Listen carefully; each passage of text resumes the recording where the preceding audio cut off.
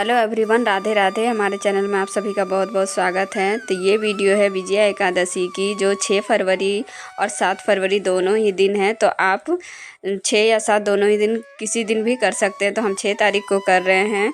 तो इस एकादशी में हम भगवान जगन्नाथ की भी पूजा करेंगे। श्री हरि विष्णु की पूजा की जाती है। तो आप बाल स्वरूप लड्डू गोपाल की भी पूजा कर सकते हैं। तो एक भक्त थे जो हमें जगन्नाथ भगवान की फ़ोटो गिफ्ट में दिए थे। तो हम सोचे क्यों ना एकादशी के दिन ही इनकी पूजा की जाए। तो ये देखिए हमारे जगन्नाथ भगवान जी का हम साथ में ही पूजा करेंगे। तो ये देखिए तस्वीर उनकी जो जगन्नाथपुरी से वो ला के हमको दिए हैं। तो बहुत सौभाग्य की बात है कि हमारे घर पधारे हैं जगन्नाथ भगवान जी। तो आज की एकादशी के दिन ही हम उनका पूजन करेंगे। तो गंगा जल से पहले हम शुद्धिकरण कर ले रहे हैं चौकी पर पीला वस्त्र बिछाकर। उसके बाद हम विराजमान कर देंगे। शुद्धिकरण करने के बाद उसके बाद थाल पर स्वास्तिक बनाएंगे चंदन से और अपने कान्हा जी को स्नान करवाएंगे। तो कोई भी एकादशी हो तो आप यदि श्री हरि की पूजा की जाती है कोई भी एकादशी में, तो आप नारायण की पूजा नहीं कर सकते तो बाल गोपाल लड्डू गोपाल की भी आप पूजा कर सकते हैं। तो ये देखिए हम थाल पे स्वास्तिक बना रहे हैं।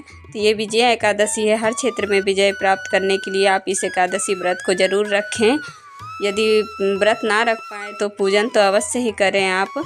तो हम अपने कन्हैया को गंधोदक स्नान करवाएंगे। एक लोटे में शुद्ध जल भरकर उसमें तुलसी दल डालकर थोड़े से गंगा जल डालेंगे, थोड़ा सा चंदन डालकर और गंधोदक स्नान करवाएंगे। आप चाहे तो पंचामृत से स्नान करवा सकते हैं। तो यहाँ देखिए हम अपने कन्हैया को स्नान करवा रहे हैं। किसी भी मंत्र का आप जाप करके स्नान करवा सकते हैं। तो हम ओम नमः भगवते वासुदेवाय का ही मंत्र का जाप करते हैं।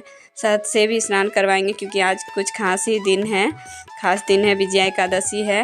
तो आप यदि नौकरी प्राप्त करना चाहते हैं, किसी भी क्षेत्र में विजय प्राप्त करना चाहते हैं, तो इस व्रत को आप अवश्य रखें। यदि आप व्रत ना रख सकें तो व्रत का पालन तो अवश्य ही करें, क्योंकि बहुत किसी के में सामर्थ्य उतना नहीं होता है कि व्रत कर सकें। तो आप व्रत का पालन तो अवश्य ही करें। सुबह पूजा कर लें और व्रत का पालन आप करें। तो यहाँ देखिए हम एकादशी में तो पीले कलर का वस्त्र पहनाया जाता है। तो यहाँ हम ऑरेंज कलर का न्यू वस्त्र है ये। तो हम सोचे कान्हा जी को पहना देते हैं। तो आज नए वस्त्र हम धारण कराए हैं।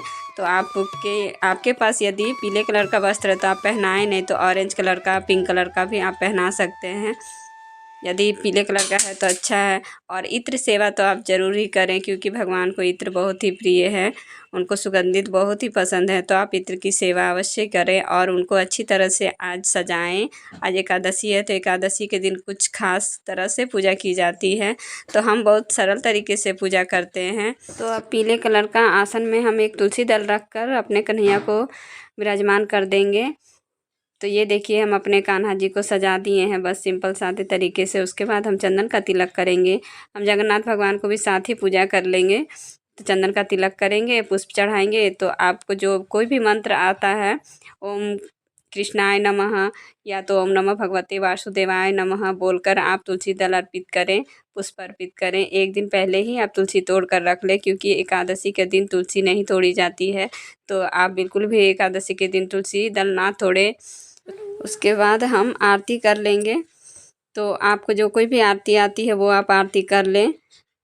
उसके बाद आप भोग लगा दें। आपके पास फल है तो फल का भोग लगाएं, या तो आप मीठे का भी भोग लगा सकते हैं। तो यहाँ हम मिठाई का भोग लगाए हैं अपने कान्हा जी को।